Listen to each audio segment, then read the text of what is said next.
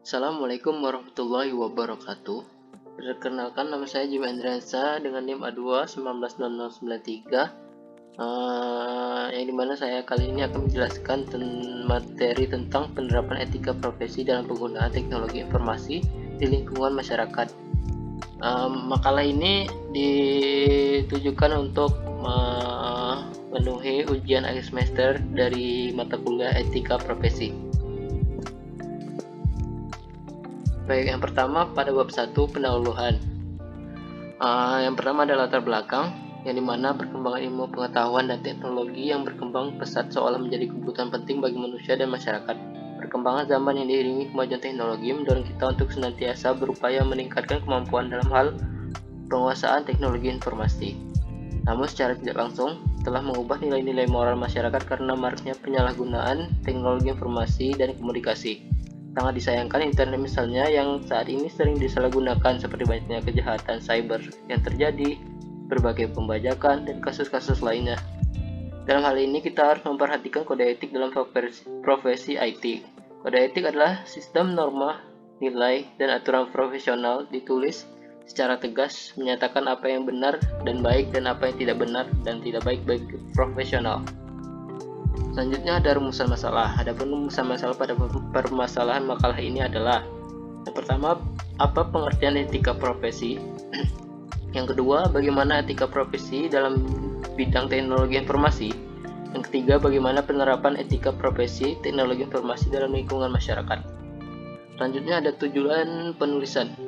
Tujuan penulisan pada makalah ini adalah: satu, untuk mengetahui pengertian etika profesi. Kedua, mengetahui apa saja etika yang harus dipatuhi oleh seseorang dalam bidang teknologi informasi. Yang ketiga, mengetahui cara penerapan etika profesi teknologi informasi dalam lingkungan masyarakat. Selanjutnya pada bab 2, yaitu pembahasan. Pertama ada pengertian etika profesi. Kata etika berasal dari bahasa Yunani, dari kata ethos, yang berarti kebiasaan atau sifat, sedangkan yang kedua dari kata ethos, yang berarti perasaan batin atau kecenderungan batin yang mendorong manusia dalam perilakunya. Etika sendiri juga berarti watak atau adat kebiasaan. Menurut KBBI, dijelaskan dengan membedakan 3 arti sebagai berikut. Yang pertama, ilmu tentang apa yang baik dan apa yang buruk, dan tentang hak dan kewajiban moral atau akhlak. Selanjutnya, kumpulan asas atau nilai yang berkenaan dengan akhlak. Yang terakhir, nilai mengenai benar dan salah dianut suatu golongan masyarakat. Etika profesi di bidang IT. Dalam lingkup TI atau IT, kode etik profesinya memuat kajian ilmiah mengenai prinsip atau norma-norma dalam kaitan dengan hubungan antara profesional dan developer TI dengan klien, antara para profesional sendiri, antara organisasi profesi, serta organisasi profesi dengan pemerintah. Salah satu bentuk hubungan seorang profesional dengan klien atau pengguna jasa, misalnya pada pembuatan sebuah program aplikasi. Seseorang profesional tidak dapat membuat program semaunya. Ada beberapa hal yang harus ia perhatikan, seperti: satu, untuk apa program tersebut nantinya digunakan oleh kliennya. Yang kedua, user dapat menjamin keamanan atau user security sistem kerja program aplikasi tersebut dari pihak-pihak yang dapat mengacaukan sistem kerjanya, misalnya hacker, cracker, dan lain-lain. Selanjutnya, etika profesi IT di masyarakat. Teknologi, informasi, dan komunikasi bisa menjadi pilar-pilar pembangunan nasional yang bisa mengadaptasi di setiap permasalahan bangsa dan masyarakat. Sebagai contoh, menyerap tenaga kerja baru, mencerdaskan kehidupan bangsa, dan sebagai alat pemersatu bangsa. Dalam pengaplikasian ilmunya atau menjalankan profesi IT bukan mudah dan bukan tidak sukar. Yang terpenting adalah kita mampu menempatkan diri pada posisi yang benar. Profesi IT dianggap orang lain adalah profesi khusus karena keahlian yang ia miliki, maka dari itu kita bisa menentukan, tapi dengan ikatan yang jelas. Isu pelanggaran etika profesi IT. Sangat banyak kasus pelanggaran etika di dunia IT. Salah satunya adalah kasus pemalsuan ijazah. Belakangan ini tengah marak kasus pemalsuan ijazah yang diduga dilakukan sejumlah oknum, baik dari bidang pemerintahan maupun dari bidang pendidikan. Menggunakan dan membuat ijazah palsu masuk ke dalam kategori bentuk kejahatan pemalsuan.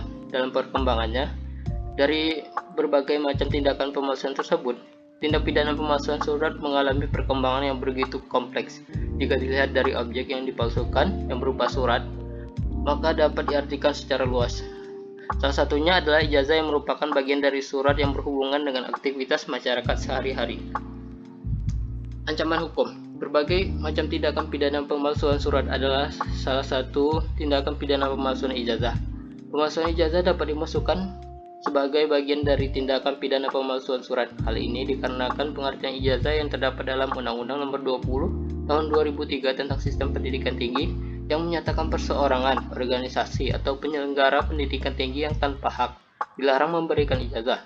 Kemudian pada pasal 53 Undang-Undang Pendidikan Tinggi menyatakan perseorangan, organisasi, atau penyelenggara pendidikan tinggi yang melanggar pasal 28 ayat 6, 7, dan pasal 42 ayat 4 dapat dipidana dengan pidana paling lama 10 tahun atau denda 1 miliar rupiah. Berikut beberapa kasus pemalsuan ijazah, antara lain pemalsuan ijazah oleh Kades Utama Karya dan pemalsuan ijazah oleh mahasiswa. Yang pertama, Kades Karya Utama Riau, yang dimana seorang kepala desa di Utama Karya Riau terbukti telah melakukan tindakan pemalsuan ijazah sejak dia mencalonkan diri pada tahun 2008. Menurut laporan Antara, Kades bernama Sunyamin itu terbukti memalsukan ijazahnya. Atas bukti surat dari Nyamin dari pemilik ijazah yang dikirimkan kepada Ketua Badan Permusyawaratan Desa atau BPD dibuat pada 20 Desember 2009. Dalam surat tersebut, pemilik ijazah menjelaskan bahwa ijazahnya dipinjam oleh sang kades dan meminta untuk dikembalikan kepadanya apabila disalahgunakan. Adanya bukti ini membuat kades lalu menerbitkan surat pernyataan pada 6 Januari 2010 yang berisi pengakuan bahwa ijazah tersebut benar bukan miliknya. Selanjutnya pada kasus mahasiswa UNES, kasus pemalsuan ijazah yang telah menimpa dunia pendidikan tinggi. Universitas Negeri Semarang atau UNES mengungkapkan kasus pemalsuan ijazah yang terjadi di lingkungan kampus. Seperti dilaporkan oleh laman resmi UNES, terdapat seseorang yang menggunakan ijazah palsu untuk mendaftar sebagai mahasiswa pasca sarjana. Setelah melakukan penelusuran dan verifikasi data, ditemukan bahwa terdapat dugaan pemalsuan ijazah dan transkrip nilai. Hal ini terbukti karena adanya penggantian nama pada ijazah dan transkrip, namun kode keamanan dan nomor seri tidak mengalami perubahan. Selain itu, nama yang tercantum pada ijazah dan transkrip tidak pernah terdaftar sebagai mahasiswa di Universitas Negeri Semarang atau UNES. Pada bab 3 atau penutup berisi yang pertama kesimpulan. Etika profesi adalah sikap hidup berupa keadilan untuk memberikan pelayanan profesional terhadap masyarakat dengan penuh ketertiban dan keahlian sebagai pelayanan dalam rangka melaksanakan tugas berupa kewajiban terhadap masyarakat. 2. Seorang profesional IT tidak dapat membuat program semaunya. Ada beberapa hal yang harus dia perhatikan. Yang ketiga, teknologi, informasi, dan komunikasi bisa menjadi pilar-pilar pembangunan nasional yang bisa mengadaptasi di setiap permasalahan bangsa dan masyarakat. Sebagai contoh, menyerap tenaga kerja baru, mencerdaskan kehidupan bangsa, dan sebagai alat pemersatu bangsa. Dan yang terakhir ada kritik dan saran dalam pelaksanaan penegakan hukum di bidang teknologi, informasi, dan komunikasi. Pemerintah hendaknya lebih tegas untuk menindak pelaku kejahatan sehingga adanya efek jera yang dapat mengurangi atau memberantas tindak pelanggaran penggunaan teknologi informasi dan komunikasi. Yang kedua, kita sebagai pengguna teknologi informasi selayaknya mematuhi dan ikut mengawasi pengguna lain agar tercipta kesadaran akan etika dan penggunaan teknologi informasi. Baik, sekian penyampaian yang dapat saya sampaikan. Lebih dan kurang saya mohon maaf. Wabillahi taufiq wal hidayah. Wassalamualaikum warahmatullahi wabarakatuh.